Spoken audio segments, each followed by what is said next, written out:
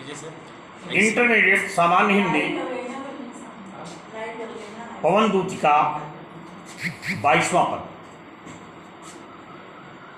राधा पवन को दूती बनाकर के भेज रही है और संदेश दे रही है, हे प्यारी पवन, वहां जाने के बाद किस प्रकार के अपने व्यापारों को चला करके मेरे प्रीतम को मेरा संदेश बताइएगा।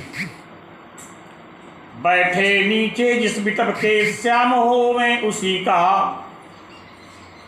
किसी बगीचे में जिस पेड़ के नीचे मेरे प्रीतम भगवान श्री कृष्ण बैठे हो, उसी वृक्ष का कोई पत्ता निकट उनके नेत्र के ले हिलाना। उसी वृक्ष का कोई पत्ता ले आकर के भगवान कृष्ण के सुंदर नेत्रों के सामने उसको हिलाइएगा पत्ते को। यो प्यारे को विदित करना, चातुरी से दिखाना।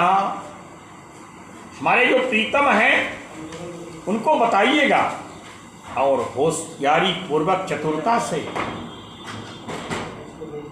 उनको इस बात को ज्ञात कराइएगा। मेरे चिंता भी चित्त का क्लांत हो कांप जाना। यही कृष्ण, जिस प्रकार से इस वृक्ष का पत्ता हिल रहा है, उसी तरह से आपके विलास की व्यथा से व्यथित होकर के वो विरहिणियां, ब्रजांगनाएं, वो गोपिकाएं कांप रही हैं, हिल रही हैं। सूखी जाती मलिन लतिका जो धरा में पड़ी हो।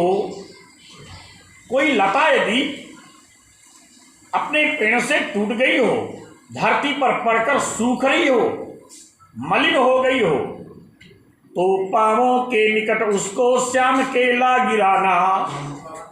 टूटी हुई लतिका को, सूखी जाती हुई लतिका को उड़ाकर ले आइएगा, भगवान कृष्ण के चरणों के पास डाल दीजिए।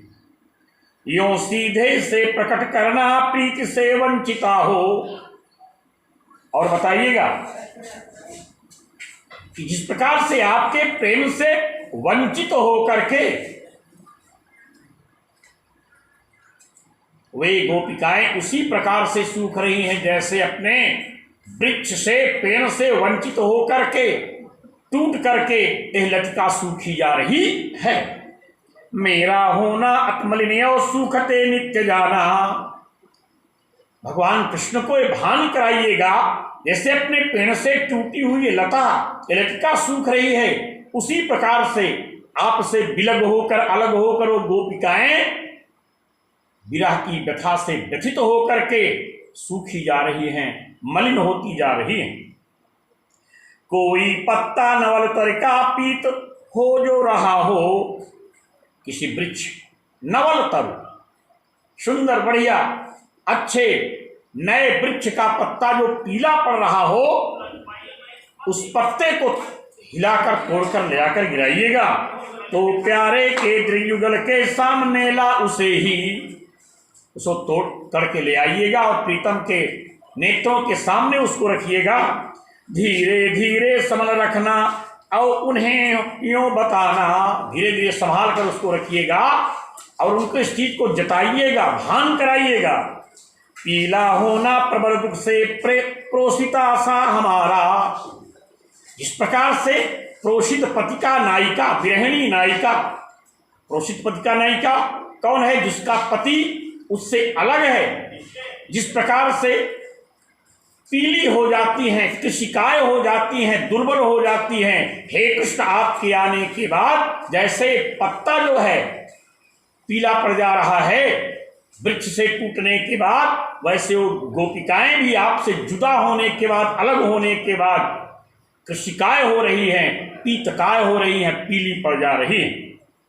यो प्यारे को विदित करके सर्व मेरी व्यथाएं। हे प्यारी पवन, मेरी समूची व्यथा की कथा को मेरे प्रीतम कृष्ण को बता करके धीरे धीरे बहन करके पाम की धूल लाना। मेरे प्रीतम के चरणों की, रज को, चरण की धूल को उड़ा करके ले आइएगा। थोड़ी सी भी चरण रज जो लान देगी हमें तू। हे पवन, यदि मेरे प्रीतम का थोड़ा सा भी रज, पैर की रेणु न ले दोगी तो हा कैसे तो व्यथित चित्त को बोध मैं दे सकूंगी। यह मेरा प्रीतम की व्यथा से जो व्यथित चित्त है, मन है, मैं इसको कैसे संभालूंगी, कैसे समझा पाऊंगी। इसलिए यह आवश्यक है कि मेरे प्रीतम के चरण की रज ले आकर मुझको अवश्य दो। पूरी हो मैंने यदि तुझसे अन्य बातें हमारी।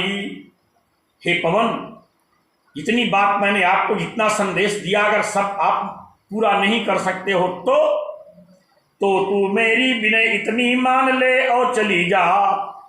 मैं निवेदन कर रही हूं, मेरी विनम्रता पूर्वक निवेदन कर रही हूं, निवेदन को मान लो और जाओ। छू के प्यारे कमल पर को प्यार के साथ आ जा। मेरे प्रीतम के सुंदर कमल के समान कोमल चरणों को स्पर्श करके और चली जाओ। जी जाऊंगी हृदय तल में मैं तुझी को लगा के। क्योंकि तुम मेरे प्रीतम के चरणों को स्पर्श करके आओगी तो मैं आपको अपने हृदय से लगा करके किसी तरह से अपने मन को सांत्वना दे लूंगी और मैं अपने जीवन को किसी तरह से बचा लूंगी। आज पौन दूत का पूरा हुआ, कल से अगला पाठ। That's all.